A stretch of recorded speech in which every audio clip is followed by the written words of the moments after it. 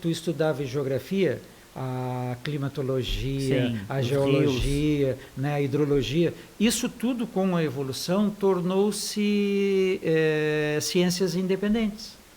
Mas a geografia, como método, ela se apropria desses conhecimentos para explicar a constituição e a organização do espaço mundial, onde entra o humano, entra a geografia humana.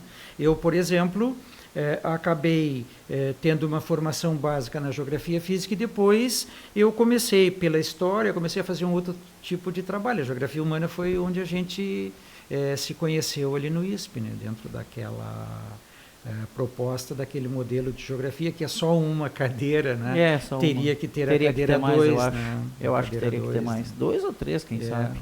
É muito interessante aquelas discussões ali com e era boa mesmo.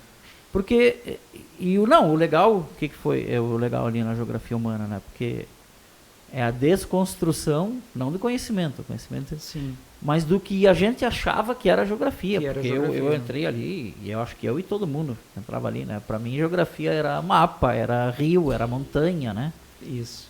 E aí a gente começou a ver que, inclusive, nós estávamos inseridos dentro de uma circunstância que não nos víamos.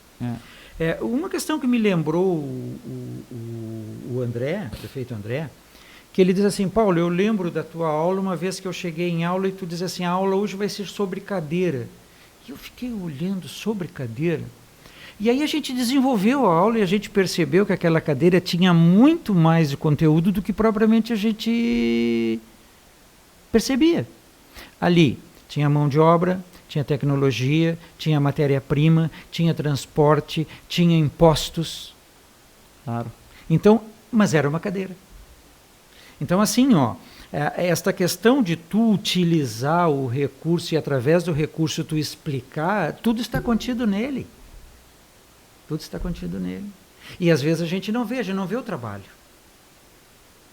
Tu não vê o cara que faz o processo do desenho da cadeira. A gente vê o produto final só. Tu vê o produto final só e acaba tu não enxergando. Para chegar até a tua casa, teve lá o processo do mineral, quando é metal, teve lá o processo da madeira, ou ela é plantada ou ela é colhida na madeira natural.